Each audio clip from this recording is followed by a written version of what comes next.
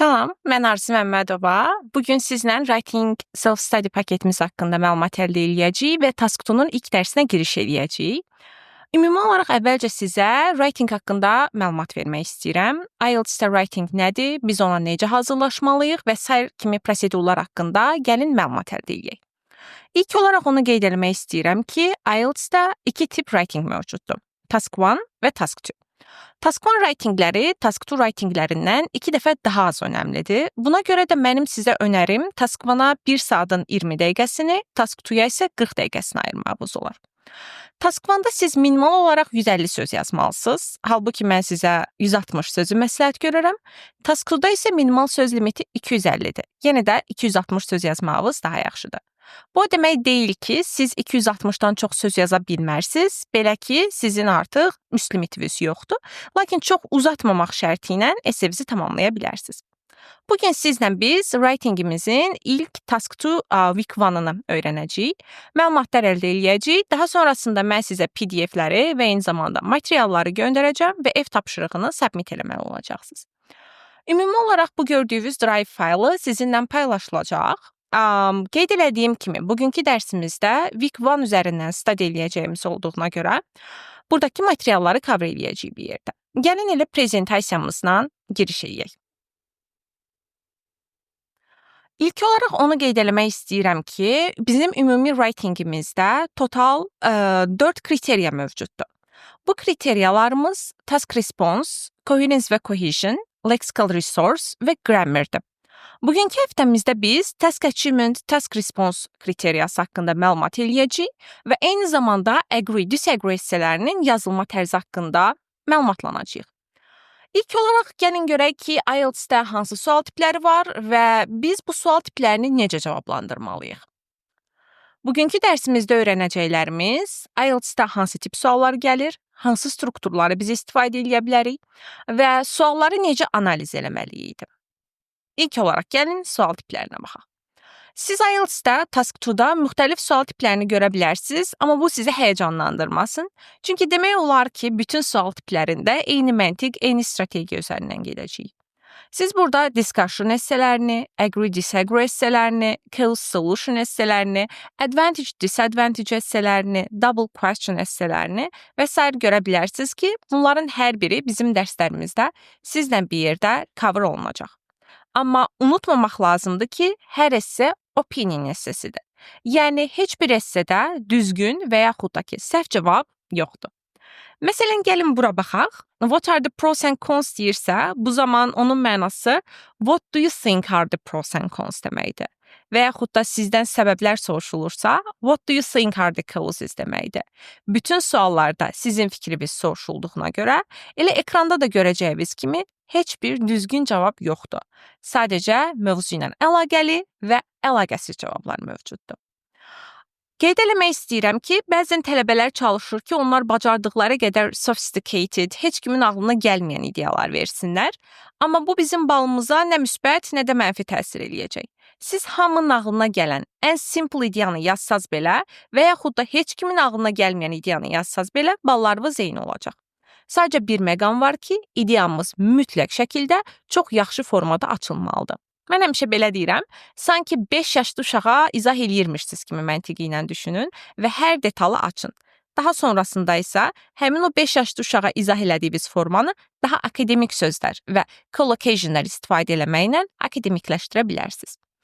Ümumi olaraq IELTS Writing Task 2-muzda biz 4 və yaxud da 5 paragraf yazmalıyıq. Giriş paragrafımız introduction'dır. Introduction'da biz mövzunu təqdim eləyəcəyik, sualı və opinionimizi təqdim eləyəcəyik. Paragraf 1-də tutaq ki, problem solution hissəsidirsə, problemlərimiz haqqında, paragraf 2-də solutionlarımız haqqında danışacağıq. Conclusion isə bizim essemizi oxumağa kifayət qədər vaxt tapmayan insanların sanki bir hissəni oxumaqla essemiz haqqında məlumat əldə eləməsidir. Burada biz həm mövzumuzu özət keçməliyik, həm opinionimizi, həm də özümüzün son fikrimizi bildirməliyik. Bu esse tipləri hər biri ayrı-ayrılığında cover olunacaq olduğundan bu hissəni keçirəm və gəlin digər hissə ilə davam edək. Sualları necə cavablandırmalıyıq? Tutaq ki, bizə belə bir sual verilib. Pollution is a major problem in many places these days. What steps do you think should be taken to reduce pollution? İlk olaraq özünüzə 2 əsas sual verməlisiniz. Bu suallardan biri bizim general topikimiz nədir? İkincisi isə bizim organizing word'ümüz nədir? Təxmin edə biləcəyiniz kimi, buradakı sualın general topiki pollution'dır. Çünki mövzu pollution haqqındadır. Organizing word isə sualın hansı tip sual olmasına kömək edən sözdür. Məsələn, burada what steps do you think should be taken to reduce pollution deyirsə, o halda yəqin ki, solutionları soruşur. Bəs biz bunu hardan anladıq? Steps sözündən. Yaddan çıxarmayın ki, əgər esse agree-disagree hissəsidirsə, siz bunu advantage-disadvantage şəklində yazsaz və yaxud da cause solution şəklində yazsaz, task response section üzrə ciddi şəkildə bal itirəcəksiniz. Bu kimi problemlərlə üzləşməmək üçün esseyə başlamamışdan əvvəl planlamanı etməlisiniz və eyni zamanda bu qeyd elədiyim addımları atmalısınız. Daha sonra isə artıq paragraphing olacaq və biz ideyalarımızı qeyd eləyəcəyik. Deməli, bizim əsas 3 stepimiz bunlardır. İlk olaraq, topic underline eləmək və organizing word'ü. İkincisi, essemizin planını qurmaq. Üçüncüsü, modellər nəticəsində writing-in skeletini qurmaqdır. Məsələn, gəlin bu mövzuya baxaq. Recent research has confirmed that human activity has become the greatest threat to plant and animal life. Why do you think this has happened? How can we reduce our impact on the natural world? Təxmin edə biləcəyiniz kimi, bu bir cause solution essesidir və biz artıq birinci bodydə cause'lar, ikinci bodydə isə solutionlar haqqında danışacağıq. Burada siz bir sample esse görə bilərsiniz. Mən hal-hazırda bu sample esseni izah eləmirəm, çünki bizim cause solution esseləri üçün ayrıca bir dərsimiz də olacaq. Ümumi olaraq esse skeletləri önəmlidir. Esse skeleti nədir? Bizim ideyalarımızın qısa bir şəkildə yazıldığı bir skelet. Çünki bəzən tələbələr tutaq ki, agree-disagree essesi yazırlarsa, mən total agree eləyəcəm deyə başlayırlar və daha sonrasında isə essenin ortasında ikinci agree ideyasını tapa bilməyib partial agree'yə keçirlər. Amma introduction'da total agree elədiklərini qeyd eləmələrini unutduqlarına görə artıq task response-dan ciddi bir şəkildə bal itirirlər. Bu şəkildə problemlərlə üzləşməmək üçün mən sizə ideyalarınızı öncədən yazmağınızı məsləhət görürəm. Bəs ideyalarımızı necə əldə edək? Tələbələrdən ən çox aldığım suallardan biri də budur. Bugün sizlə bundan bağlı bir neçə metodu paylaşacağam. İlk olaraq onu bilməlisiniz ki, ideyalar sizin life experience-inizdən və dünya görüşünüzdən asılı olan bir şeydir. Yəni, imtahan gününə kimi oturub heç bir şey eləmədən gözləsəz ki, mənə birdən-birə imtahanda ideya gələcək, bu təəssüf ki, mümkün deyil. Və buna görə də mənim sizə önərim o olar ki, əvvəlcədən ideyalar mövzusunda necə ki, vocabulary, grammar cəhətdən hazırlaşırsınız, hazırlaşasınız. Bayaq da qeyd elədiyim kimi, unutmayın ki, sizin ideyalarınız orijinal, unik, maraqlı və s. olmalı deyil, sadəcə mövzu ilə əlaqəli olmalıdır. Gəlin bir neçə metoda baxaq ki, biz ideyalarımızı necə formalaşdıra bilərik.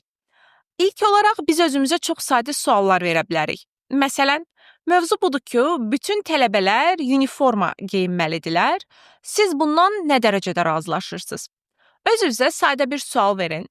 Mən vaxtı ilə uniforma geyinmişəm, ya da geyinməmsinizsə, mən əgər vaxtı ilə uniforma geyinsəydim, bunun haqqında nəyi xoşlayardım, nəyi xoşlamazdım.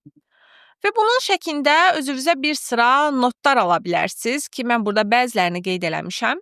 Məsələn, uniformalar haqqında müsbət olan bir şey onun cheap olmasıdır. Çünki bəzi ailələr, hansı ki disadvantaged backgroundlardan gəlirlər, onlar uşaqlara daily basisdə müxtəlif yeni paltarlar almaqda çətinlik çəkirlər və buna görə də artıq uniformalar onlar üçün bir yoldur. Və eyni zamanda this can eliminate the gap between the rich and poor. Yəni kasıb və varlılar arasındakı fərqi də aradan qaldıra bilər ki, bunu da məsələ kimi verə bilərik. Daha sonrasında easy to wash, look after, suitable for most classes and comfortable. Bunlar ekonomik səbəblərdir ki, bu arada bir şey qeyd edeyim. Ekonomik və economical sözlərini qarışdırmayın. Economical sözünün mənası budget friendly deməkdir. Ekonomik sözünün mənası isə financial, yəni iqtisadi deməkdir. Daha sonrasında bir sıra absurd gələ biləcək ideyalardan biri ki, səhər nə geyinmək qərar vermək asan olur tələbələr üçün ki, bunu da point olaraq verə bilərik. Çünki dediyimiz kimi absurd olan bir ideya yoxdur. No peer pressure about buying designer labels. Yəni designer labels dedikdə marka paltarlar nəzərdə tutulur. Peer pressure isə yaşıd təzyiqi deməkdir. Bax gördüyünüz kimi burada bizim bir neçə collocation'ımız var və sizdən də istədiyim o olacaq ki, sample esseləri oxuyarkən collocation'lara diqqət yetirib notlarınızı alasınız. Çünki bizə yüksək bal verən advanced sözlər deyil də həmin bu collocation'lardır və bacardığımız qədər onlardan istifadə etməliyik. Daha sonrasında hər tələbəyə bərabər davranılır ki, bunun haqqında biz artıq bəhs eləmişik. Bullyinqi azaldır ki, bu da məsələlərdən biridir. Digər məsələləri də burada eyni zamanda görə bilərsiniz. Görünüşləri ilə qürur duymaları, performansını artırmaları, səbəbini də belə izah edə bilərsiniz ki, paltara fokuslanmırlar, dərsə fokuslanırlar və performansları artır. Help students feel a part of community. Bu arada help'dan sonra adətən tələbələr to işlədir. Help'dan sonra to işlənmir. Və bu çox önəmli bir pointdir. Bu dilin də rolları haqqında danışanda bu pointi verə bilərsiniz. Məsələn, deyir, ana dilimizin rolu nədir? Bəzi insanlar deyir ki, bütün dünya ingilis dilində danışmalıdır. Siz bununla nə dərəcədə razılaşarsınız? Deyə bilərsiniz ki, hər ölkənin dili onun artıq bir community-nin bir hissəsi kimi hiss eləməsinə kömək eləyəcək millətin nümayəndələrinə. Look smart and professional, prepare students for the world of work. Bu da nəyə görə? Dress kodlar olur. İş dünyasında tələbələri bir növ buna və disiplin hissinə, the sense of discipline verir tələbələrə. Niyə yaxşı deyirlər? Bəziləri bahalıdır və bəzi valideynlər uşaqlara bir-iki cüt alıb həm çölə, həm məktəbə və s. geyindirmək istəyərkən bir neçə tələbəyə, ayrı-ayrı övladlarına uniformalar almaq və bu uşaq böyüdüyünə görə hər il dəyişmək, bu biraz onlar üçün baha gələ bilər. Students can't express their individual style. Yəni mən sevdiyim ideya budur düzün desəm. Tələbələr öz individual stillərini göstərə bilmirlər. Hər tələbə fərqlidir və bu sanki bir tələbəni bir formanın, shape-in içərisinə qoyur. Bu da onların creativity-sinin müəyyən qədər zədələnməsinə gətirib çıxara bilər. Ümumi pointlərimizi birləşdirsək, bizim ekonomik, ethical və educational pointlərimiz var idi ki, burada biz easy bir way əldə edirik ideya əldə eləmək üçün. Economic, educational, environmental və ethical pointlərə toxunmaq. Və çalışın stratejik olasınız, ən yaxşı tərəfi, yəni ən güclü argumentləri olanı seçəsiniz. Birazdan digər bir mövzu üzərindən də bunu sizə izah eləyəcəm pointimizi. Google üzərindən araşdırma necə eləyək? Adətən tələbələr görürəm ki, essenin mövzusunu Google-a yazırlar və qarşısına çıxan esseləri oxuyurlar ki, mən önərmirəm. Google-da adətən bir neçə veb-sayt çıxmaq şərti ilə paylaşılan bənd 9, bənd 8 esselər əslində bənd 9 və 8 əks etdirmir və sizin səhv yönləndirilmənizə gətirib çıxara bilər. Ona görə də əgər Google üzərindən araşdırma eləmək istəyirsiniz, ilk olaraq mən sizinlə sample esseləri paylaşacağam və bir də sizdən bir GPT metodu paylaşacağam. O da çox faydalıdır, ondan istifadə edə bilərsiniz. Və yaxud da Google üzərindən araşdırma eləyirsinizsə, bəlkə də aranızda universitet üçün araşdırma və s. eləyənlər istifadə eləyib Google Scholar'dan istifadə eləyə bilərsiniz. Elə Google'a Google Scholar yazdıqda görəcəksiniz. Orada artıq siz axtarış elədikdə birbaşa sizin qarşınıza akademik məqalələr və s. çıxacaq və bunun səbəbindəndir ki, daha akademik sözlər, daha topic related vocabulary işlədiləcək və sizin üçün daha müsbət təsir eləyəcək ümumi balınıza. Məsələn, gəlin elə bu mövzuya baxaq. Deyir ki, heyvanları istifadə eləmək kosmetikaların və dərmanların safety-sini test eləmək üçün heç vaxt acceptable deyil. Sən buna nə dərəcədə razılaşırsan? Adətən tələbələrin ən çox elədiyi səhvlərdən biridir ki, esseyə tam belə deyək yanaşmırlar. Mövzu bizə kosmetika və drag haqqında olarkən tələbə sadəcə kosmetikaya fokuslanır və sonrasında deyir ki, bu lazımsızdır və drag hissəsinə heç toxunmur belə. Mənim sizə önərim isə bu tip esselərdə hər ikisinə bərabər yanaşmağınız olar. Medisin cəhətdən həyat uzadır, xəstəlik sağaldır, həyat qurtarır. Kosmetika cəhətdən isə önəmsizdir, köhnə bir metoddur və bugün hal-hazırda insan deney fareləri deyirlər bunu, bəlkə də eşitmisiniz. Ondan istifadə oluna bilər, yəni insanlar üzərində yoxlanıla bilər və yaxud da ki, texnologiya çox inkişaf eləyib, texnologiya sayəsində yoxlaya bilərlər. So, conclusion'da da deyirsiniz ki, okey, önəmlidir, amma təkcə scientific, essential scientific work üçün, xəstəliklərin sağaldılması üçün və s. işlədilsin, bu sizin üçün daha yaxşı olar. Ümumi olaraq ideyanı verməmişdən əvvəl sizə önərim o olar ki, ideyanızın hansı aspektdən verildiyini qeyd eləyəsiniz. Məsələn, əgər environment cəhətdən ideya verirsinizsə, in terms of the environment deyə başlayın. Ekonomi haqqında verirsinizsə, but when it comes to the economy, bu şəkildə digər gördüyünüz ifadələrdən də istifadə edərək ideyalarınızı başlamağınız sizin coherence, cohesion və task response skorlarınıza müsbət təsir eləyəcək. Elə gəlin bu mövzu üzərindən gedək.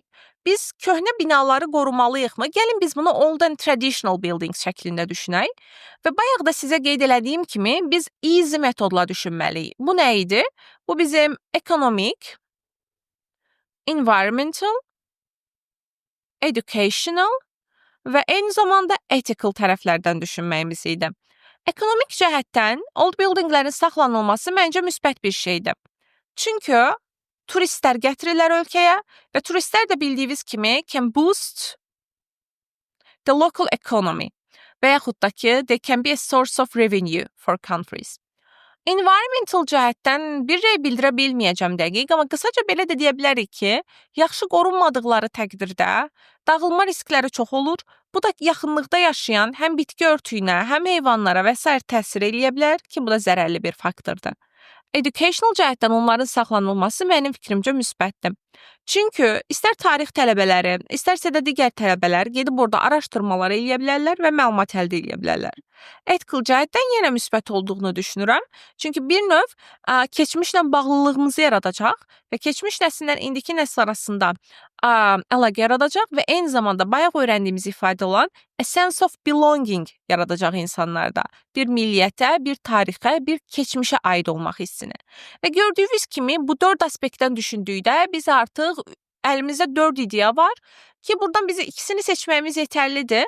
Hansı ikisini daha yaxşı izah edə biləcəyinizi düşünürsünüzsə, mən olsam environmental seçməzdim, mən olsam bir ekonomik seçərdim. Bir də educational və yaxud da ki, ethical fərq eləməz, essenizi yazmağınızdır. Yəni, çox kompleks düşünməyə ehtiyac yoxdur. Qısaca belə bir şey dediyim ki, bugünə qədər hər hansı bir tələbəm off-topic, yəni çox off-topic yazdığı da olmayıb imtahanda və yaxud da ki, mövzunu tamamilə anlamadığı da olmayıb. Bu mövzuda özünüzü həyəcanlandırmayın.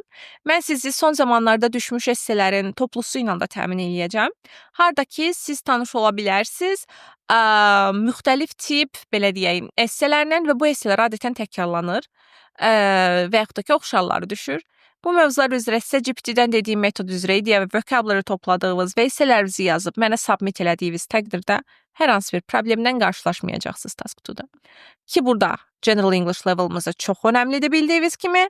General English level'ımızda güclü olmalıdır ki, yaxşı bal yığa bilək essemizdə. Davam edək istəyirsinizsə, prezentasiyamız burada bitir, amma biz həmçinin sizlə agree-disagree esseləri və peeling, paragraflarda peeling metodu nədir, onun haqqında da məlumat əldə edəcəyik. Bu arada hal-hazırda ekranımı sizlə paylaşacağam və ekranımdan da eyni zamanda görə bilərsiniz ki, hər həftənin içərisində mən sizə topic vocabulary əlavə eləmişəm. Topic vocabulary'miz bununla bitməyəcək. 8 həftədən ibarət olan həm reading, listening, writing və speaking üçün daha da effektiv olan bir vocabulary ilə təmin eləyəcəm. Sizi hansı vocabulary'nin içərisindəki siz topic related vocabulary'lərin, collocation'ları müəyyən edib, həm speaking'inizdə, həm writing'inizdə rahatlıqla istifadə edə bilərsiniz. Sadəcə yadda saxlayın ki, vocabulary'ni öyrəndimsə, mütləq şəkildə istifadə eləməliyəm ki, o mənim active vocabulary'mə çevrilsin. Əks halda o mənim passive vocabulary'm olaraq da qalacaq. Birazdan bir yerdə esse praktik elədikdə də active vocabulary'yə necə çevirə bilərik sizə məlumat verəcəm. Ümumi olaraq gəlin bu peeling paragraphs haqqında məlumat əldə eləyək. Ümumiyyətlə IELTS Writing Task 2-da müəyyən qədər bənd əldə eləmək üçün müəyyən kriteriyalar var. Məsələn, bənd 8 əldə eləmək istəyirsinizsə, o zaman da çox yaxşı izah olunmuş bir ideya verməlisiniz, genişlənməlidir və support olunmalıdır. 7 üçün okey, göstərməlisən, açmalısan və support eləməlisən, yəni well-developed response olmur artıq. Bənd 6-da isə müəyyən qədər səhvlərin ola bilsə artıq bənd 6 olur. Bizim paragraflarımız topic sentence-dən başlayır. Topic sentence nədir? Topic sentence mənim full paragrafda nədən danışacağımı göstərən bir hissədir. Məsələn, sizdən nəyinsə avantajı soruşulursa, there are many arguments in favor of something dedikdən sonra artıq ilk ideyanızı verib izah eləyib, ikinci ideyanızı verib izah eləyə bilərsiniz. Və yaxud da nəyinsə səbəbini soruşursa, there are many reasons why something happens deyib, daha sonra izah, ideya, izah, ideya, izah formatında davam edə bilərsiniz. Ümumi olaraq peeling haqqında bunu deyə bilərəm ki, peeling, point, extend, example or evidence və son olaraqsa link. Link nədir? Example-ından point-i bir-birinə bağlamaq deməkdir. Dediyim kimi, bugün sizlə danışırıq agree-disagree esselər haqqında. Agree-disagree esselərdə bizim iki şansımız var. Bunlardan biri total agree eləməkdir. Bir digəri isə total disagree, total agree, total disagree zaten eyni quruluşa xidmət eləyirlər. Bir digəri isə mostly agree və yaxud da ki, mostly disagree'dir. Burada hər iki point haqqında müəyyən qədər məlumat veririk, amma nəticədə isə öz son düşüncəmizi qeyd edirik. Ümumi olaraq gəlin buradakı agree-disagree essələrindən birini seçək və onun üzərindən irəliləməyə başlayaq. Bayaq el haqqında danışdığımız mövzu, hər kəs uniforma geyinməlidir, sən bundan nə dərəcədə razılaşırsan? İlk olaraq gəlin görək one-sided essemizə necə yaza bilərik. İlk cümləmiz olaraq siz verilən cümləni paraphrase eləməlisiniz. Nə vermişdi? Demişdi ki, çoxlu tələbələr uniforma geyinməlidirlər. Siz də yaza bilərsiniz, many schools require their students to wear a school uniform, but recently this policy has been criticized as being old-fashioned and even oppressive. Neynədir? Verilən mövzunu paraphrase elədi. Amma bu o demək deyil ki, siz sözbəsöz paraphrase eləməlisiniz. Sadəcə mövzuya bir giriş cümləsi təqdim eləməlisiniz. Daha sonra isə öz fikrinizi verməlisiniz mövzu haqqında. Məsələn, biz burada total agree eləyirik. Ona görə də, in my opinion, uniforms are an essential component of school life and should be maintained for both practical and pedagogical reasons. Dedi ki, mənim fikrimcə uniformalar önəmlidir, deməli bu agree elədiyini göstərdi və saxlanılmalıdırlar həm praktiki, həm də pedaqoji səbəblərdən. İdeyalarını tam açmadı, sadəcə spoiler verdi. Sizə bir template kimi verəsi olsam, in my opinion, something is ya da are an essential component part of today's world and etc. And should be maintained və yaxud da ki, should continue və s. bu şəkildə bir şey. For boşluq və boşluq reasons. Artıq bu boşluqlara practical, pedagogical, ethical, environmental pointləriniz nə ilə əlaqəlidirsə onu qeyd edə bilərsiniz. Deməli, biz peelingdən istifadə edirik, qeyd elədiyim kimi, ilk olaraq əsas pointimizi veririk. The main reason for having a uniform policy is that every child can be treated equally. Nə dedi? Dedi ki, hər bir tələbəyə bərabər şəkildə davranıla bilər. Okay, bu oldu bizim birinci ideyamız. Daha sonrasında ideya izah eləyərkən özünüzə 3 əsas sual verin. Necə, niyə və nəticəsində nə olur? Dedik ki, hər uşağa bərabər davranılır bunun şəklində. Niyə uşaqlara bərabər davranılmalıdır? Niyə belə bir ehtiyacımız var bizim? Onun izahı verilib ki, these days there is huge pressure, largely from social media for young people to look good. Çünki deyir, sosial mediadan pressure var onların üzərində ki, yaxşı görünsünlər və görünüş onlar üçün önəmlidir və uşaqlar əziyyət çəkə bilərlər bullyingdən, əgər onların paltarları cool hesab edilməsə. Okay, biz necə sualını və niyə sualını daha doğrusu niyə sualını cavablandırdıq? Keçək necə sualına. Bu problemi necə aradan qaldıra bilərik?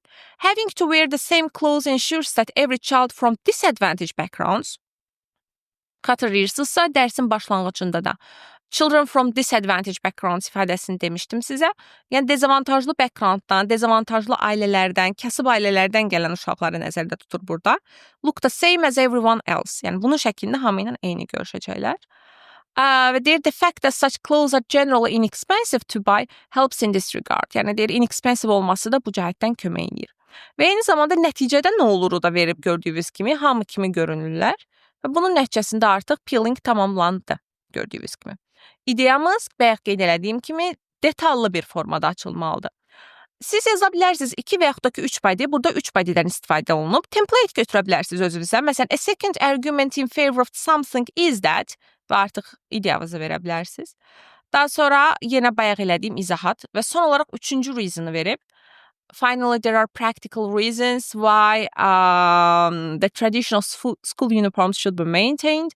Və burada fikir verirsiniz, topic sentence var. There are practical reasons. Və belə topic sentence'imiz varsa, bu o deməkdir ki, bu pointdə minimal olaraq 2 ideya verilir. Siz əgər bir ideya verirsinizsə, birbaşa ideya ilə başlaya bilərsiniz pointinizə. Amma 2 dənə məsələn point verirsinizsə, o halda there are some reasons deyib, daha sonrasında firstly, chip olmaqlarını verib və sair ideyalarını yenə ideya-izah formatında izah edib. Conclusion'a gəldikdə isə to conclude və yaxud da in conclusion ifadələrini istifadə edə bilərsiniz. I believe that sanki introduction'ınızı bir növ paraphrase edirsiniz. School uniforms are essential for the reasons I have outlined above. Template kimi istifadə edə bilərsiniz bu cümləni. Və daha sonrasında qarşı tərəf sizə necə bir təqsib ideyası verə bilər? Yəni disagree tərəfi. Deyə bilər ki, uşaqlar individual stillərini göstərə bilmirlər. Və siz o qarşı tərəfi artıq təqsib edirsiniz, onlar pointini verməmiş. Deyirsiniz ki, if children want to express their individual style and taste through the way they dress, they have plenty of opportunities to do this in their free time. Deyirsiniz ki, boş vaxtlarında eləsinlər bunu, məcbur deyirlər ki, dərs sırasında individual stillərini göstərsinlər. Və artıq bu bizim conclusionumuzun sonudur. Yəni, belə yadda saxlayaq ki, conclusionumuzun ikinci cümləsi bizim öz fikrimizdir. Bu oldu bizim one-sided essemiz. Two-sided esse nədir? Mostly agree, mostly disagree. Çalışın ki, hasarın üstündə oturmayasınız da, tam 50-50-yə getməyəsiniz. 60-ın 40-a, 70-in 30-a, bu civarlarda. Yenə ilk cümləmiz, gördüyünüz kimi paraphrasing, eyni format.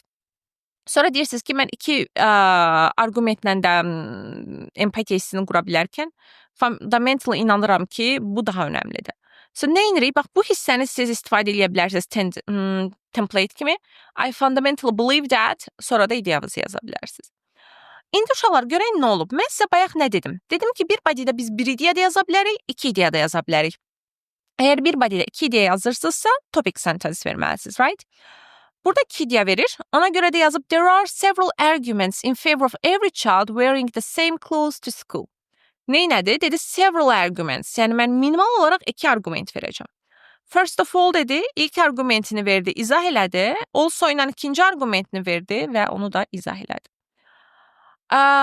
İkinci body'də isə müəyyən qədər artıq biz disadvantage'lərinə, yəni bir disagree olduğumuz tərəfdən danışmalıyıq. Having said that, there are considerable drawbacks, negative sides, arguments və s. deyə bilərsiniz. Kipdir, paltar almaqda çətinləşirlər falan, onu izah edir və ikinci ideyasını da eyni zamanda verir. Amma artıq conclusion'da hansını daha çox tutduğunu deməlisən, necə ki introduction'da demişdin. To conclude, I'm strongly in favor of school uniforms for both practical and psychological reasons. Yəni bir növ spoiler kimi düşünün. Və daha sonra da ikinci body'də verdiyiniz sizin disagree ideyanız var idi. Biz burada most agree elədik deyə belə elədik. Disagree ideyanı təqsib edirik. Və yaxud da most disagree eləsəz, agree ideyasını təqsib eləyəcəksiniz və bu formatdan davam edəcəksiniz. Ki bu materialın içərisində siz davamlı olaraq digər sample'larda tapa bilərsiniz. Ümumi bu Drive faylı sizdən artıq paylaşılmış olmalıdır. Və son olaraq o GPT metodu haqqında sizə bir qısa məlumat vermək istəyirəm. GPT metodu haqqında ayrı bir sizə indi video hazırlayacağam. Orada biz essemizi necə yazmalıyıq, aktiv vocabulary'yə necə çevirməliyik və s. haqqında məlumat əldə edəcəyik. Bunun ev tapşırıqlarına gəldikdə isə dərsdən sonra birbaşa sizə PDF göndəriləcək. Həmin PDF-in içərisində sizə agree-disagree hissələrini və burada qeyd elədiyim bütün materialları tapa bilərsiniz. Xahiş edirəm ki, bir həftə ərzində onları submit eləyəsiniz və daha sonra feedback üçün mənə göndərəsiniz. Əlavə suallarınız qaldığı təqdirdə isə məndən birbaşa əlaqə saxlaya bilərsiniz. Bu dərsimiz bu qədər. Növbəti dərsimizdə görüşərik. Hələlik.